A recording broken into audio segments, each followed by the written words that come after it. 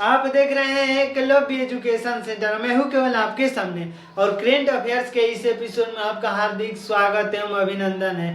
तो आज का हमारा करेंट अफेयर्स है कि हाल ही में गुजरात के नरेंद्र मोदी स्टेडियम में भारत और ऑस्ट्रेलिया के बीच आईसीसी क्रिकेट वर्ल्ड कप 2023 का फाइनल मुकाबला खेला गया, जिसमें भारत को हार का सामना करना पड़ा।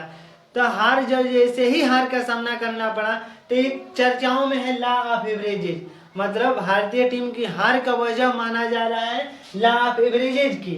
तो हमारा टॉपिक आज का क्या लॉ ऑफ एवरेजेज की वजह से हारी भारतीय टीम, मतलब इसको हम समझना चाहते हैं। तो लॉ सबसे पहले यह है कि आखिर लॉ ऑफ एवरेजेज होता क्या है। तो लॉ ऑफ एवरेजेज होता है कि कोई भी घटना अगर लगातार हो रही है तो अगर आने वाले जो घटनाएं होगी वो ऐसी घटना होगी कि जो इस समय घटनाएं हो रही है और बाद में जो घटनाएं होगी वो सामान्य हो जाएंगी, मतलब उनका एवरेज हो जाएगा। जैसे मान लीजिए अगर हम किसी सिक्के को 8 बार किसी सिक्के को हम उछालते हैं, 8 बार अगर किसी सिक्के को अगर हम उछालते हैं, अगर 4 बार हेड आता है, शुरुआत के अगर 4 बार सिक्के को उछाले और हेड आ गया तो लॉ ऑफ एवरेजेज कहता है कि अगला जो 4 बार अगर सिक्के को उछालेंगे तो टेल ही आएगा। मतलब यह लॉ ऑफ एवरेजेज कहता है कि अगर 8 बार किसी सिक्के को, 8 बार नहीं कई बार भी हो सकता है, तो हम एग्जांपल्स के तौर पर लिए हैं कि अगर किसी सिक्के को 8 बार उछाला जाता है और शुरुआत के 4 बार हेड आ जाता है तो अगला 4 बार जो हम सिक्के को उछालेंगे तो टेल आने की संभावनाएं है, तभी तो यह एवरेजेज होगा। तो एवरेजेज की यही अवधारणाएं चल रही है क्रिकेट में भी। तो आखिर क्रिकेट में इसका प्रयोग कैसे हो गया। तो क्रिकेट में यह कहा जा रहा है कि अगर कोई टीम लगातार जीत रही है तो उसके हार की संभावनाएं बनेगी। मतलब अगर कोई टीम लगातार मैचेज में जीत रही है तो उसके आने वाले मैचेज में हार भी सामना करना पड़ेगा, तभी तो एवरेज में हो सकता है।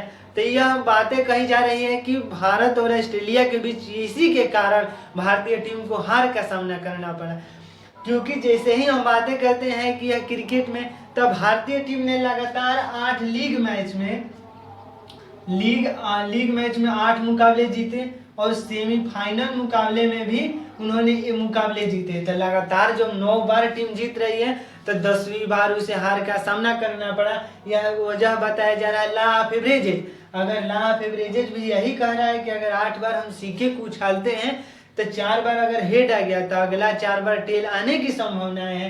तो उसी तरह से भारतीय टीम के भी यह अवधारणाएं चल रही है कि 8 लीग मैचों में अगर भारतीय टीम जीत गई, सेमीफाइनल में भी जीत हासिल की, तो उसके बाद जो 10वां मुकाबला हुआ उसमें उसे हार का सामना करना पड़ा। लेकिन ऑस्ट्रेलिया पर भी तो यह लागू होना चाहिए।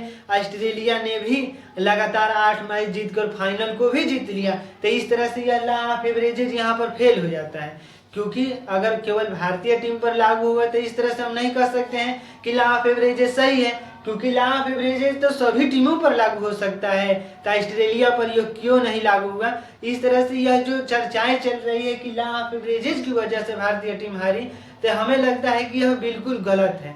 क्योंकि अगर भारतीय टीम पर ही केवल कोई नियम लागू हुआ, ऐसा तो कोई कहीं पर जिक्र नहीं है। क्योंकि लगातार अगर भारतीय टीम 8 बार लीग मैच में जीती और एक सेमीफाइनल में, मतलब लगातार अगर 9 बार जीतती है भारतीय टीम और 10वें मुकाबले यानी फाइनल मुकाबले में हार जाती है, तो ऑस्ट्रेलिया को भी तो हार का सामना करना पड़ सकता है, क्योंकि ऑस्ट्रेलिया ने भी लगातार 8 मुकाबले जीतकर फाइनल में पहुंचा है। तो इस तरह से यह लॉ ऑफ एवरेजेज पूरी तरह से गलत है।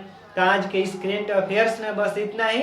और यह जो भारतीय टीम हारी है बिल्कुल लॉ ऑफ एवरेजेज की वजह से नहीं हारी। हम लॉ ऑफ एवरेजेज एक बार पुनः बता रहे हैं कि लॉ ऑफ एवरेजेज कहता है कि अगर कोई घटना घट रही है तो उसके, मतलब कोई सामान्य घटना घटे तो उसके आने वाले घटना ऐसी घटेगी कि दोनों एवरेज की स्थिति में आ जाएंगे। हम सिक्के का उदाहरण लिए, अगर 8 बार किसी सिक्के को उछालते हैं, अगर 4 बार हेड आता है तो लॉ ऑफ एवरेजेज कहता है कि अगला 4 बार टेल आने की संभावना है। तो इसी तरह से यह एवरेज में आ जाएंगे। और भारतीय टीम में भी इसका प्रयोग किया जा रहा है कि भारतीय टीम लॉ ऑफ एवरेजेज की वजह से आ रही, तो लॉ ऑफ एवरेजेज की वजह से भारतीय टीम बिल्कुल नहीं आ रही है।